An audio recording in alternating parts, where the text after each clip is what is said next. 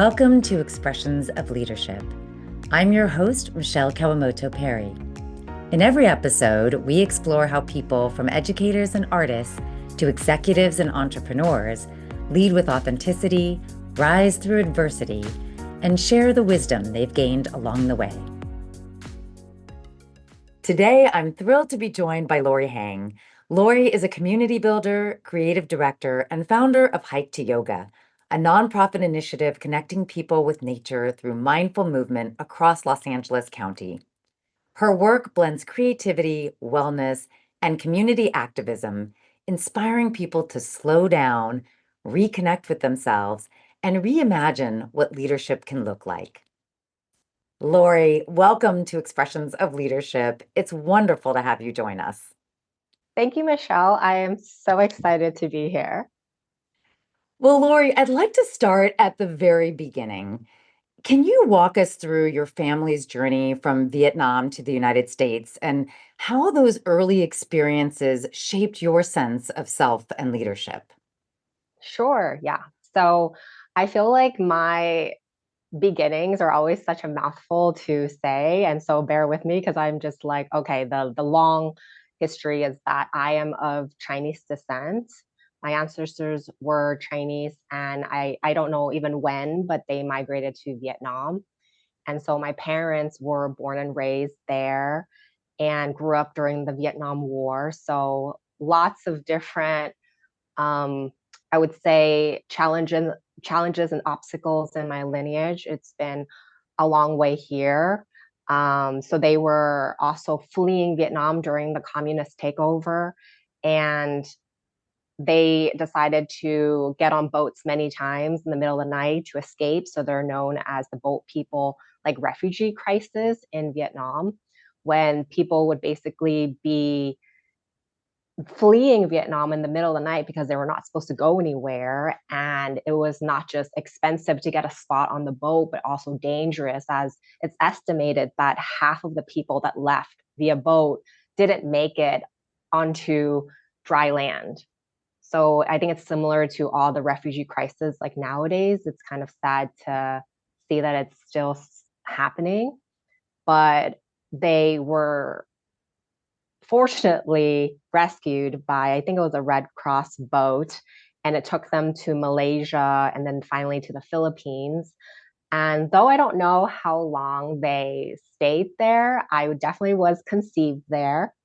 And I also was born there. So I've only met one other person who was also born in a refugee camp. And I really think that being born in this like 15,000 community of like refugees from like, I think it was like different countries like Cambodia, Vietnam, Laos. There was a lot of different cultures and religions and languages. And I feel like that, like being conceived there and having the first like 9 months in my mother's belly, growing up in that kind of environment, caused me to really embrace diversity and think that it's really normal.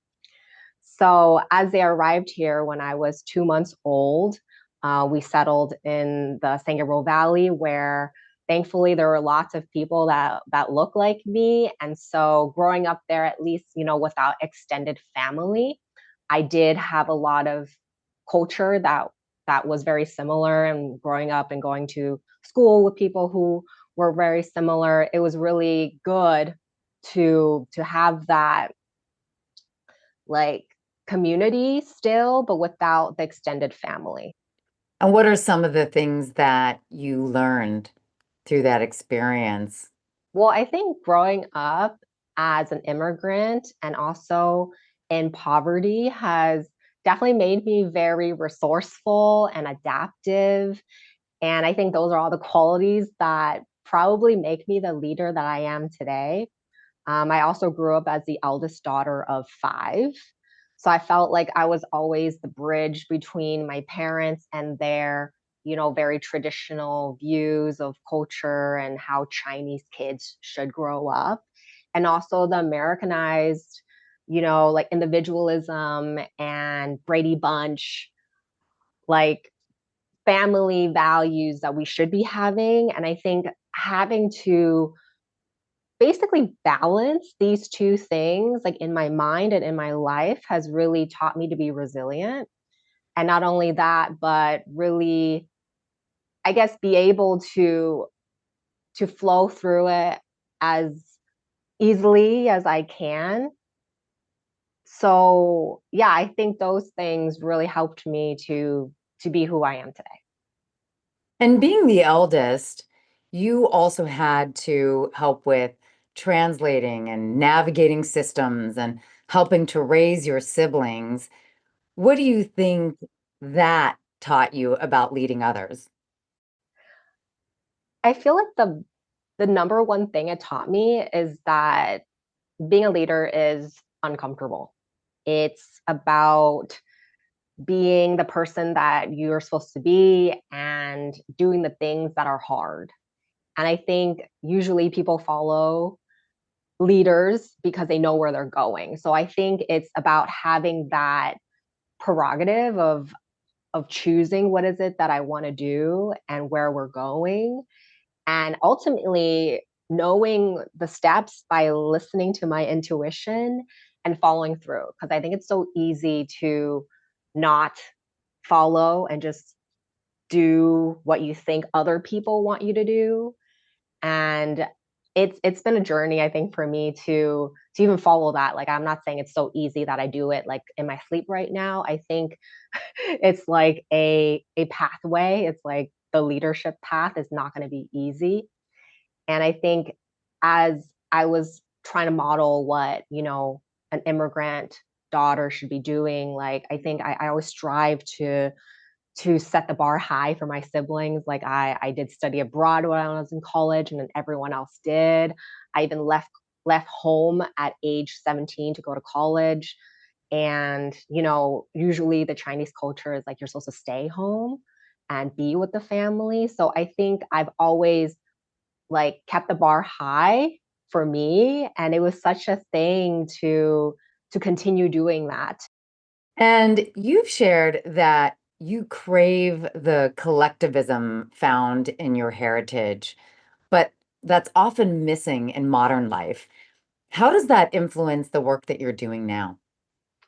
Yeah, I talk about community a lot, and I think it's really because not just in Chinese culture where we used to live in villages and really depend on each other, but I think ancestrally the human population is made to be social.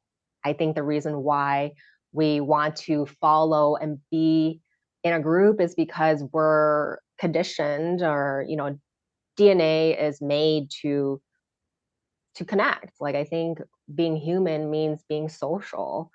And so growing up without extended family, having the comfort of grandparents or even aunts and uncles to have more role models, and peer support of cousins and different people around me, it made me feel really isolated. And, my mother had always been struggling with mental issues. So it was very isolating. And I think that even gave me more of a need of community. And it's a huge part of like why I am the person and why I'm driven by the desires that I have today. And then in my work with Hike to Yoga, as the founder, like even holding space for multiple people at the same time to be mirrors of each other. And I think that is like the ultimate healing, because I think, yes, we can do healing, interpersonally, one on one. But I think true healing is really being seen in a group. It's knowing that you matter, it's belonging somewhere. And as you think about communities, if you could wave a magic wand and fix one thing about how communities function today, what would that be? It's funny because I feel like that's what I'm doing, right? Obviously, if I had a magic wand, I would not have to do all this work, but I feel like there's no shortcuts. And so in my dream, it would be great if not not only are we all participating in some kind of hike to yoga, where we're in nature and we're walking together and we're doing movement together, but we're also the village that puts it together. And somehow this is like the interdependence of humanity that we need. I feel like it's not just about people getting paid to do the things, it's about everyone wanting to be there and willing to do the things that bring us together. So my magic wand would just be, I guess, if there was a way to create some kind of universal basic income where we are giving our gifts and we're able to receive the gifts of others.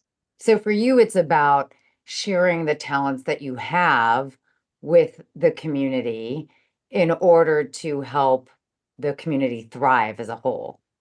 Exactly. I feel like, I always think about this because I'm like the the dream of my ancestors. Like I traveled so far away and I'm speaking all these languages and different learning different things that I never would have had the chance, right? So I feel like we're all becoming more human. Like we should embrace these aspects of ourselves. Like instead of clinging to what is, we can actually move forward and really become who we're supposed to be. Because I think a lot of people have dis-ease, like because we're not being true to ourselves. We're not really using our gifts and finding out our purpose. And therefore, I think it stays stuck inside of us. Like in yoga talk, this is really just like not having energy flow through the body. And I think all of us do have these gifts. And maybe it's something as simple as like, yeah, if you love, gardening, or if you love, teaching, or if you love holding space, like there's so many different ways that we can give. And it's not even, you're only going to do that. We're meant to evolve and change. And I feel like, we naturally evolve into what is needed at the moment, not just from ourselves, but what the community needs. And yet we're so scared of change. Mhm. And I think embracing that change and allowing ourselves to evolve is actually the magic. So yes, I definitely think it's needed. And if we're really able to accept that change is constant and inevitable, we're going to be so much happier. Now, you mentioned people getting stuck. How do you help them get unstuck? I love this question so much as a yoga therapist. I want to say the most important thing is actually noticing that you are stuck. It's noticing that maybe you don't feel good. And instead of using, alcohol or other addictions, even exercise to mask it, it's noticing that it's there and that it's okay. I think the hardest part is that we don't want to be uncomfortable. And so I think accepting that you are uncomfortable is like the most important first step. It took me a long time to realize that I didn't want to be where I was. And I really feel like the sooner we acknowledge that instead of resisting, then we're flowing easier. And so that is like the number one, first step is awareness that it's happening. And then the second step, which I think is maybe equally as hard, is like, well, what do I really want? If this is not where I want to be, what is the alternate reality that would be better? And I think that acceptance is one thing, but dreaming is another. And some people might even think, I'm supposed to have back pain forever. Like this is aging. And it's really hard to break these patterns because we tell ourselves these stories. It's manifested in our bodies. It's showing. It's what's being mirrored by our close relationships, even our communities.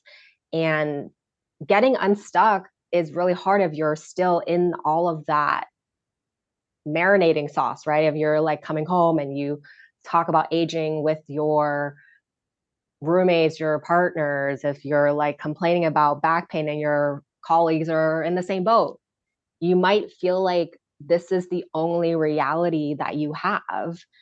And I think the most important part is actually to do something different. And that can be so scary. I think that's why nature is such an amazing healing space because it changes with the seasons.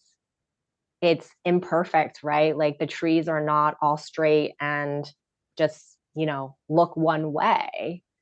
I think nature allows us to really remember that we also are part of nature and we're not supposed to be like machines, though we try to be. And I think being stuck just means that you are not really, like we talked about earlier, like reaching forward into your purpose and you're just kind of not unwilling because I think people are willing, but it's just so we're like locked in fear. Like it's like unstuck from the fear and how what do I do with it? Because it can be such a daunting task to, you know, unpack all your things, look at them, and then decide how you want to move forward. It's a process. Well, we're going to take a short break, and when we come back, we'll dive into the next chapter of Laurie's journey and the experiences that shaped her unique approach to leadership. Stay with us. We'd love for you to be a part of the Expressions of Leadership community. Follow us wherever you get your podcasts and connect with us on Instagram and YouTube at Expressions of Leadership. You're listening to Expressions of Leadership. I'm Michele Kawamoto Perry, and I'm here with our special guest, Laurie Hang. And we're about to dive into her journey of healing, resilience, and finding her own leadership path. Now, Laurie, yoga has clearly had a very profound impact on you. So I'd like to dive into your own journey with yoga. You said that in your first salary job, you felt like you were running full speed ahead, but completely unfulfilled. How did yoga come into your life during that time? Well, let me back up about my job because I think maybe that's important to understand the context of what was happening. This was my first full-time job out of college. And, I graduated in 2009. So, you know how that went. So I took on any job and I already knew this job was not what I wanted to do really, but I needed to do something. So if you've heard the expression that food travels 10,000 miles to be on your plate, I was part of the behind the scenes team. I was exporting produce via air, and not only was it soul draining because it was so repetitive and the same stuff, that I think the purpose for me of, living with the environment and supporting local business and eating locally, it just definitely wasn't aligned with who I was as a person. So ultimately, I just became, I had digestive issues, I had skin issues. I had gained weight. I was so lethargic and hated my life. And I just had just so much anxiety because this was just not how I saw my life. And here I was doing the same thing over and over again. And I was like, this is insanity because it's not getting any better. So it's almost like my stress levels were so high that I manifested all these maladies on my body. And at that point, I remember just signing up for the gym. I was like, maybe I'll just go to the gym and I can, run it off and feel better. And there was this yoga class. And I had taken yoga before, but I was like, let me try this. And I just remember feeling so calm and serene in child's pose. And if you don't know what it is, it's basically um, when your entire body is like folded over and you're doing a forward fold with your forehead touching a block or the ground. And what I realized is, when we're stressed, actually a forward fold is really helpful. But I think also being supported by the ground and having your entire body there, including your head, is such a humbling experience. And I wonder if this has anything to do with, religion and how we bow our heads down and we touch the floor. And I think the yoga was my body's expression of slowing down and finally listening and being present in the moment that I was. So I think yoga connected myself back to reality. And I think it was in those moments when I realized that there was hope. Like it wasn't just the work, repeat, sleep, and doing it all over again. There was a way out. And I understand that you sustained an injury when a yoga teacher pushed you too far. How did that experience shape your philosophy about teaching and leading? Oh my gosh. I think it's so funny that that happened because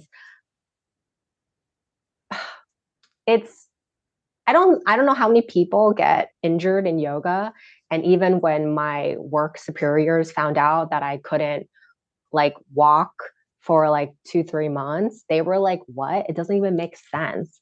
And I feel like going through that whole experience was so surreal because the thing that was so healing actually hurt me.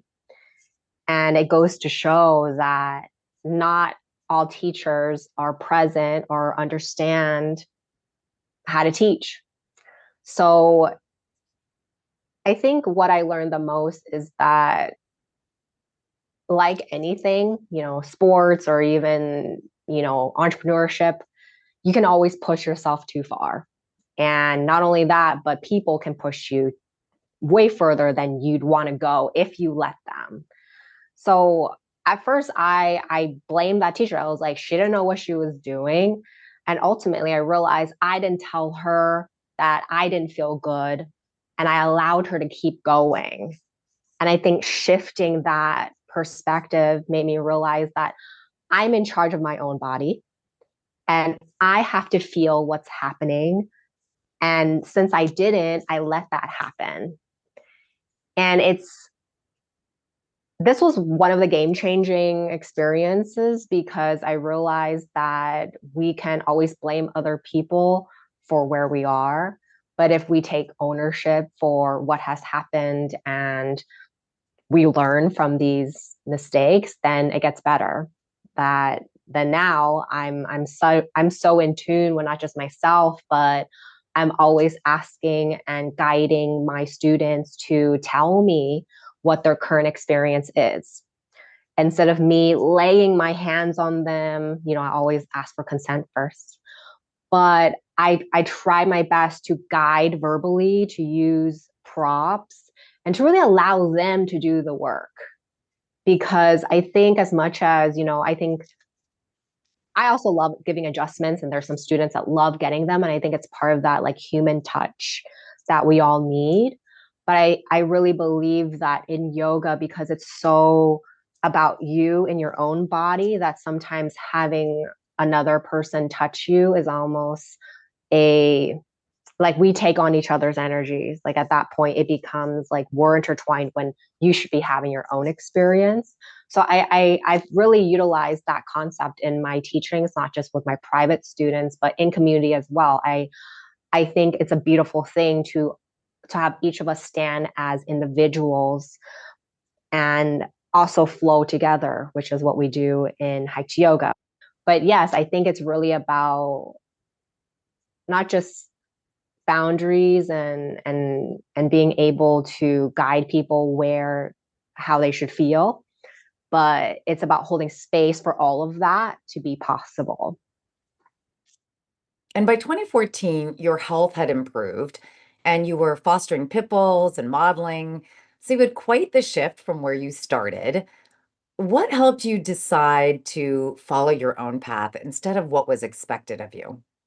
Oh, so, you know, the job happened, the injury happened, and then I want to say the following summer, they terminated my employment there. And it was so humiliating. I felt like I gave them everything. I worked days a week during the summers. And even on my birthday, I was there on my birthday, and that like never happens. Like I always make it a point to not work on my birthday, but the culture of the company was so toxic that like if I tried to take a day off, it was like I was letting down the team. So I didn't want to do that because that's how important I felt like I had to do all these things to not just, be socially accepted in my workplace, but to stay at the company. And even then it wasn't enough. So when they terminated me, I was crushed. Like I didn't know what to do.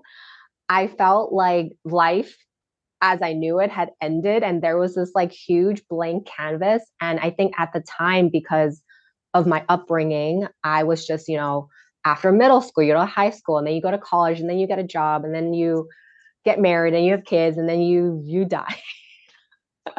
So I just felt like, like you said, it's like that was the path that was expected of me. And at that point, I was like, I don't want to do this again. But I was so scared that if I were to do what I wanted to do, I wouldn't make it, or I wouldn't know like what is there to do. And it was such a crazy time because it was the first time I really had true freedom. And I had done a photo shoot with one of my colleagues, like during an internship I did. And I realized I was like, whoa, this is really fun. And I also think modeling was like the first time I really practiced yoga, because if you're modeling, you actually show all your emotions. Like if you're feeling angry or mad or sad, like it shows in the photos. Like that's why I think a lot of people hate pictures, because if you don't want to be in the picture, it shows. Like people who don't want to be in pictures always look bad in pictures because they don't want to be there. So I realized also on an exhale that that's when my whole body was relaxed. And even photographers were coaching me to be like, okay, when I click the shutters, I need you to exhale and move and glide. And I believe that was the first instance when I really was able to control, like as much as I could, my emotions and being present. And I was actually really shy and even had a lot of bullying in elementary and middle school, high school. Like, so I think it was really about owning my presence and who I was. So I think being able to finally do that, like for not just owning my presence, but to create art. I was styling my own outfits sometimes, and I would be, working with a makeup artist. And I was really excited to be part of this like teamwork thing, because it takes a team to create a photo. And I I loved it. So another thing I'd always wanted to do was have a dog. And since I had a small studio, I was like, okay, let me just try to foster. And I fostered these three pit bull puppies and helped them find forever homes. And it was an amazing experience because not only did I get to see these puppies grow, and they even had this like parvo scare where they taught me that motherhood is not for the weak. I I discovered what it felt like to take care of some other smaller beings that were totally dependent on you. And yeah, like I think having those two experiences, modeling and fostering dogs, and really feeding into my joy, it was like the beginning of, well, if this feels good and it's giving me so much clarity about, where I want to go, maybe just keep going. And can you share an example of a challenge that you faced in your leadership or community work, and how did you handle that? Okay, yes. This is kind of hard to explain, but I don't know. I feel like I have like still conflicting emotions about it, but I'm going to try my best to articulate it. So in 2019, I started Hike to Yoga. And by 2020, we had one season, and then the pandemic hit. And it was a whole thing, not just for me, but to manage this community and what I was doing, because everybody was like, are we doing it again? What's happening? And I was like, I'm not even okay. I'm not sure if I can hold this, right? But 2021 came around and the vaccines were given. And by the end of 2021, like in the summer, everybody was ready to come out because everyone was vaccinated. And they're like, what are we doing? So hike to yoga went for like 5 months straight. I had committed to just 2 months, but my group around me were like, let's keep going. And people were loving it. And we were one of like probably the only outdoor free experiences that there was at that time. And I think, I just remember even like having the temperature gun, wearing masks, and doing all the things. And it was just so insane that even talking about it now, I was like, I was not ready to do it, but I felt like I needed to be with people. Everybody wanted to be there. They wanted to help. And I led hike leader trainings, and it was like growing so fast.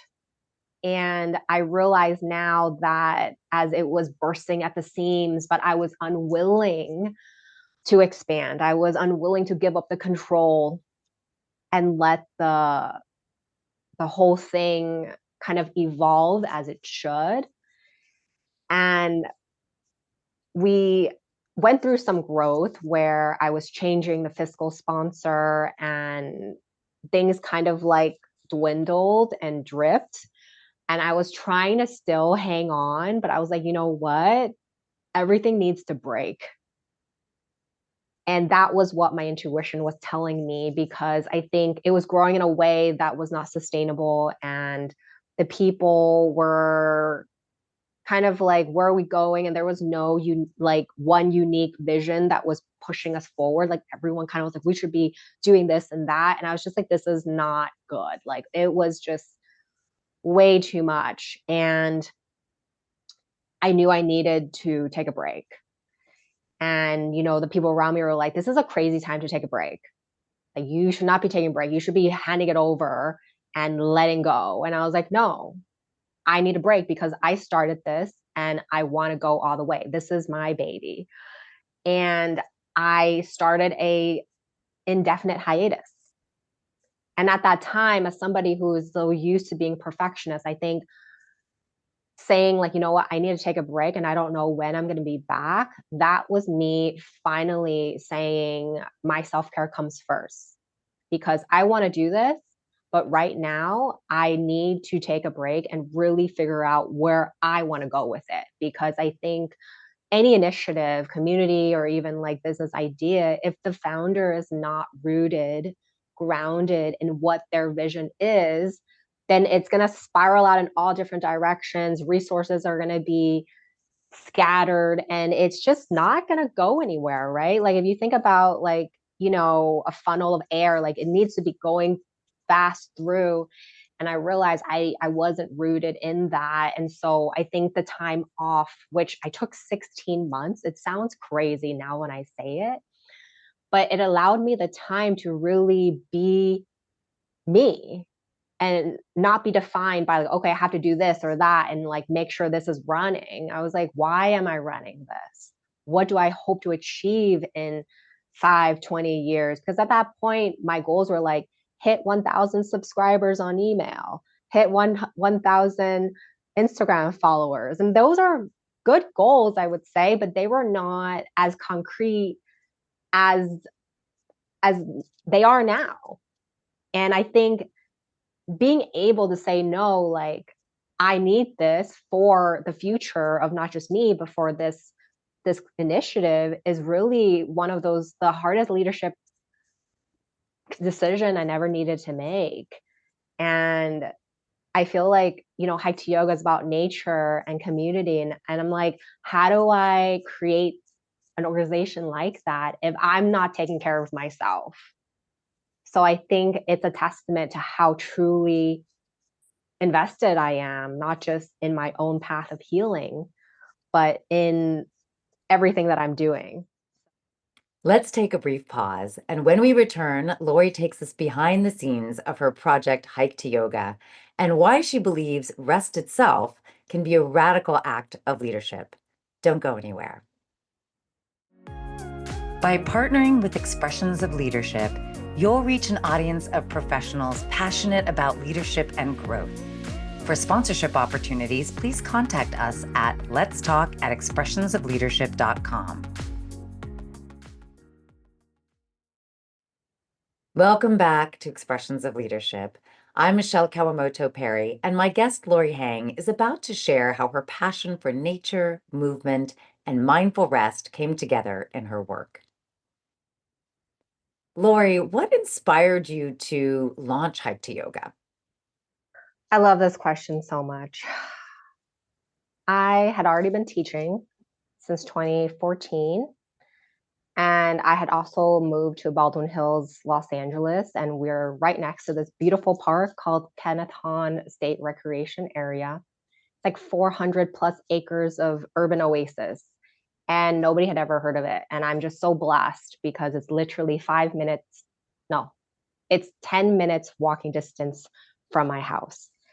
And what inspired me, I think, to start Hike to Yoga was the fact that there was nothing happening at this park. Like I'd have to drive all the way to Griffith Park for yoga there. Or there was something called Roga, I want to say in Santa Monica, where they were running and doing yoga. So I was like, how come there's nothing happening here? I wish there was, like somebody should do it. And that person was me. So I realized that, it it had a lot of trails and I love hiking.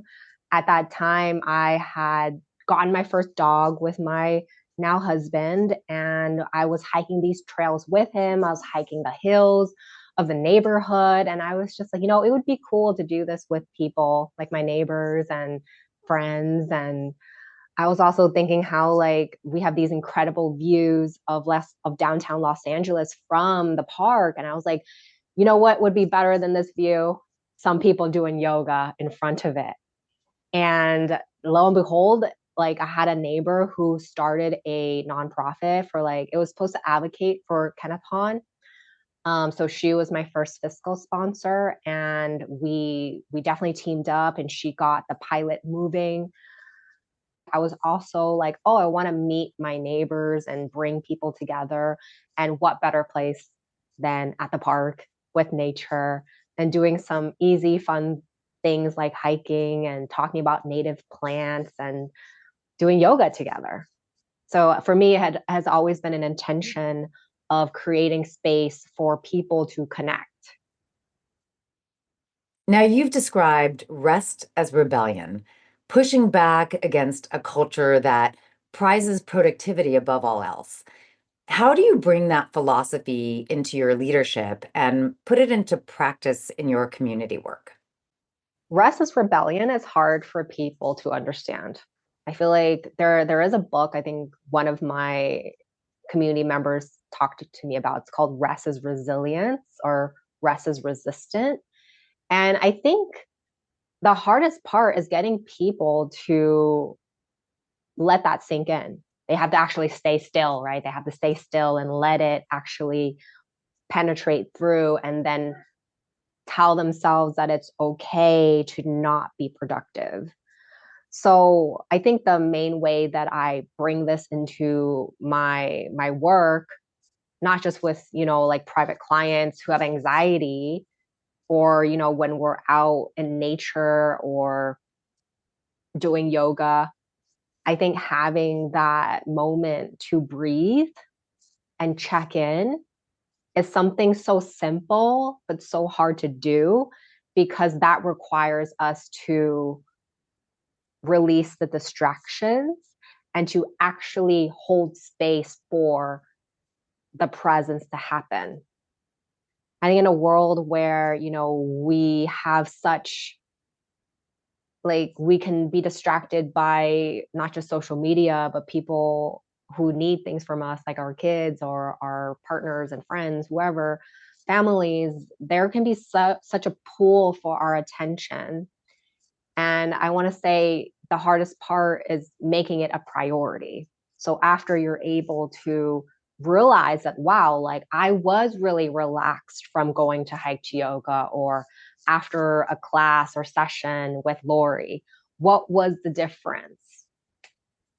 And usually it's because we are present. It's funny because at hike to yoga, I'm always like, yeah, if you need to use your phone, take a picture, put it away. We don't even have internet service here. So you don't need to post it now, post it later. And I think it's going against everything that we've been programmed to do, to feel like we're being good humans. And I think changing that perspective is the hardest part because our patterns are usually subconscious and we just do the things. And I think really slowing down to the point of whew, exhale is can be the first step and the hardest step for a lot of people. And what's a small change that you've seen in your community that makes you feel that your work is really making a difference? So I started Hike to Yoga in 2019. And at that point, there was not a lot of wellness and self care things around here. And I feel like nowadays, like we're in 2025, there's even Pilates studios around here. And there wasn't even that before. I want to say there's been more events outside, there's been more yoga studios popping up. I hope that Hike to Yoga has been that butterfly effect for bringing more wellness things because I think that it's not just about the self-care but the communities that it brings along. And I think the more healthier communities have these self-care options. So I think around here it's always been nice because my neighbors always say hi and we're always connecting, but I think generally the community feels lighter. And maybe that's just me because I hope that things are getting better, but I feel like the change in like for example, I think, our HOA has this walk in the dawns, and I think it was inspired by Hike to Yoga. So I think, as much as we don't believe that our actions rebel in the world, it does. You've encouraged people to take it on and pass it on. Exactly. I feel like when we see somebody do something that we might feel like is impossible, we're inspired because we're like, oh, they can do it, so can I. And I think being a leader is all about that because I think it takes one person to show that the impossible is possible. And then everyone is like, yeah, me too.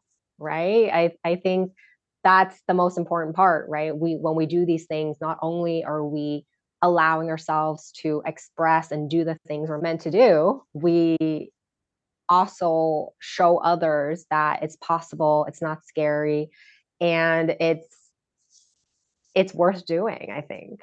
I think that's the most important part, that we can say, oh, somebody should do this. But I think it's like, okay, well, why not me? Well, after the break, Laurie shares how personal growth and creative expression have shaped her leadership style and why art is an essential part of her work. Don't go anywhere. True transformation starts from within. The Forward Project partners with organizations to create meaningful culture shifts and develop leaders who inspire real change. If your team is ready to move forward with purpose, visit www.theforwardproject.co. Welcome back to Expressions of Leadership. I'm your host, Michele Kawamoto Perry, and I'm here with special guest Laurie Hang. Let's get into creativity and personal growth and how that intersects in her leadership. You've been intentional about personal growth.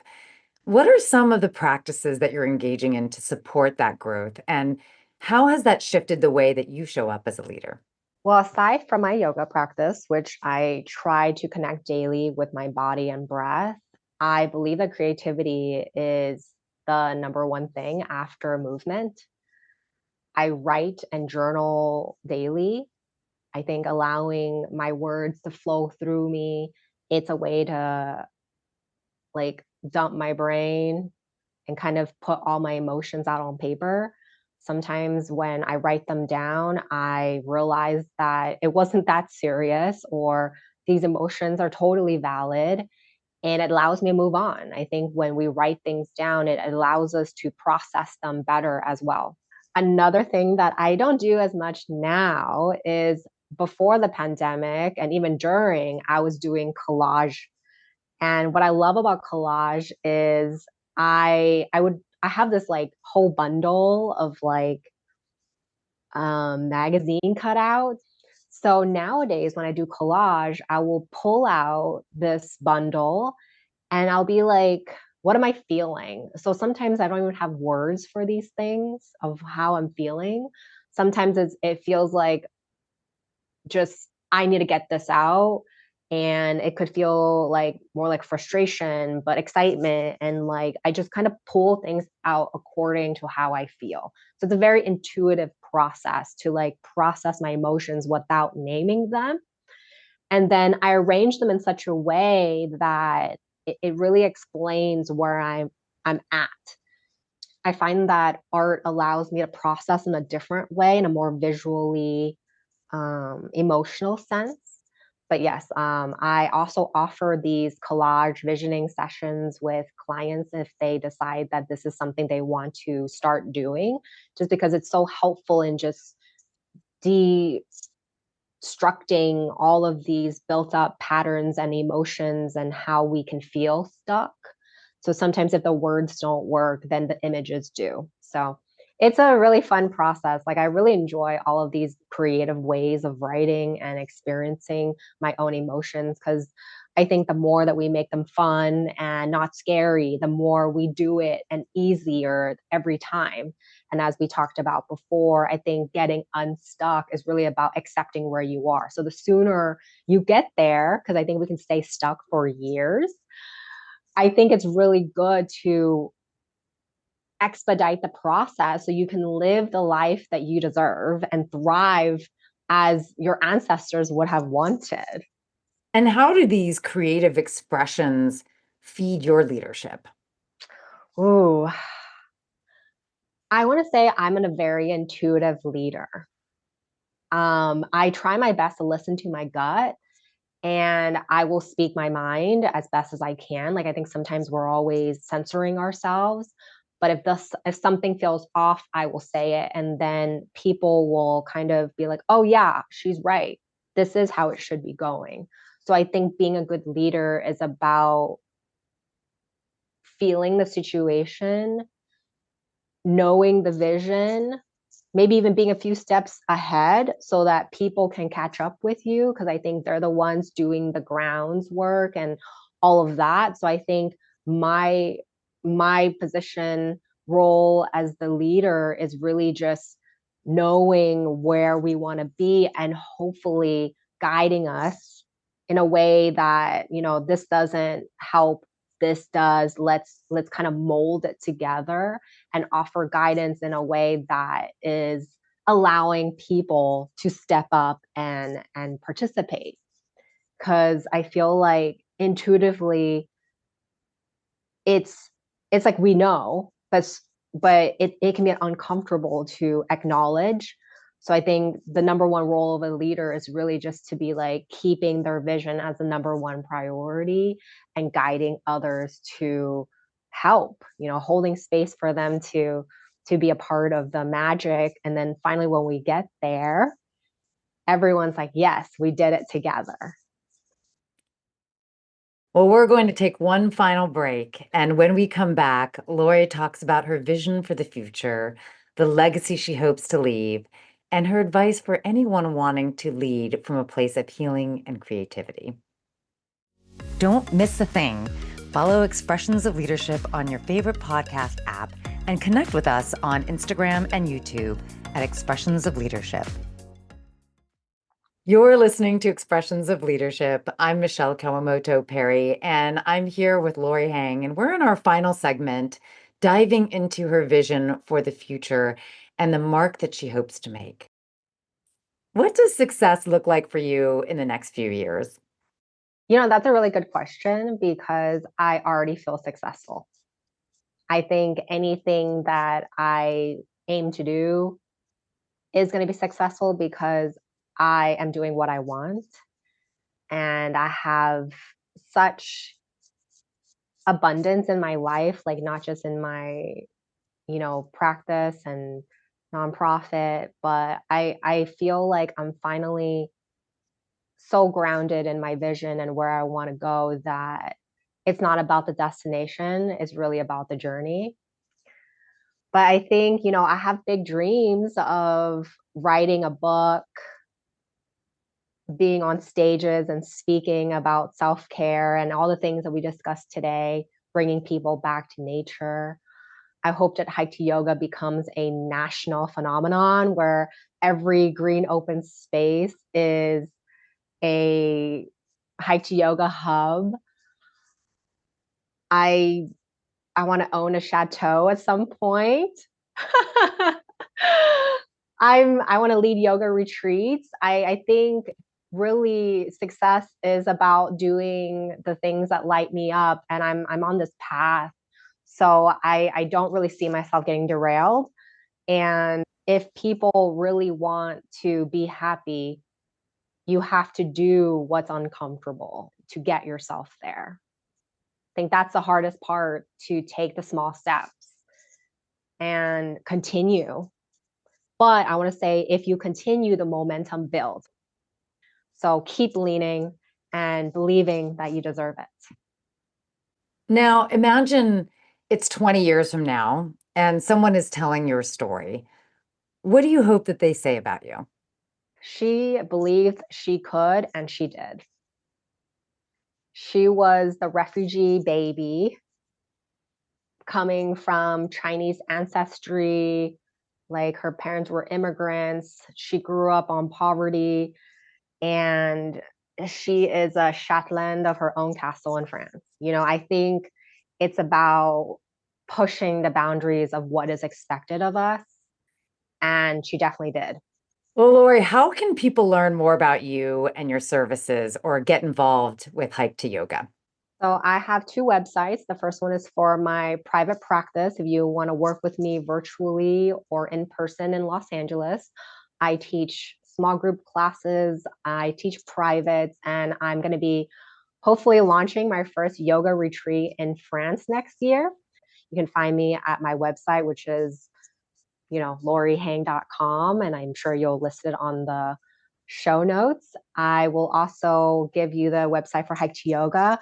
There's ways that you can donate, and if you're in Los Angeles, you can come and join us and be part of our community. We are having our next event on October 4th, which is going to be also our first ever mustard destruction, where we're learning to clear the path in front of us so that we can clear the path inside. So I'm really excited about that because this mustard is so invasive, and I think it's important for us to take care of our environment as much as we take care of ourselves. Thank you, Lori. And before we wrap up, we have a segment we call Wisdom and Whimsy, where we get to ask our guest one advice question and one fun question. So let's start with the advice question. What's one piece of advice that you'd give someone who wants to lead from a place of healing, creativity, and community? If you want to live a life of healing and creativity, I would say the most important part is being able to lean into the discomfort. We talked about how earlier change can be uncomfortable, and to live with creativity and healing, you have to be open to change. And that can be uncomfortable to downright scary. And when we lean into the uncomfortable, we actually find out why we feel that way. And then we can learn to transmute that energy into where we want to go. It's actually the fuel that you're supposed to use to turn your life into that reality that you've always dreamed about.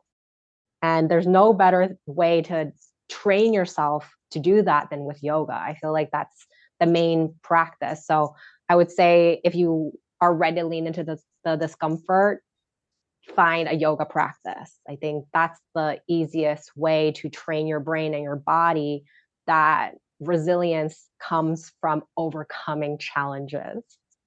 And now for our fun question. If you had a personal mascot following you around, what would it be and why? I I have a cat and she's a little tabby cat that's 8 pounds.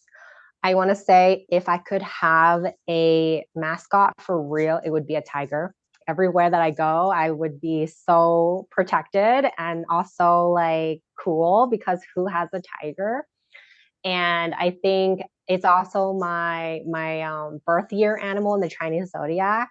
So I think being accompanied by my birth animal, I guess I would call that, would be very powerful. Like I think I would be able to do even more things and feel like a warrior princess, queen that I am. So yes, I think I would definitely choose tiger because I love cats and having a really big cat would be really cool because you would know no one would mess with me.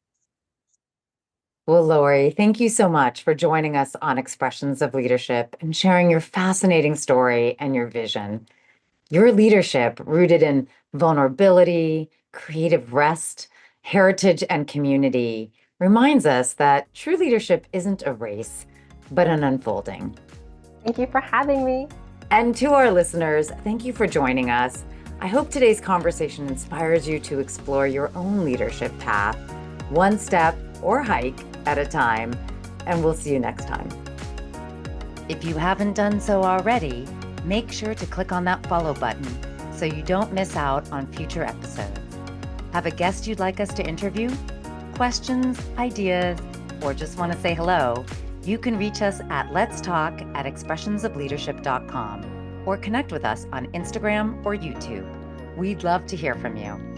And as always, thanks to our amazing team behind the scenes for making this podcast possible, including our sound engineer, Graham Palmer, and my chief encourager and advisor, Jeremiah Higgins.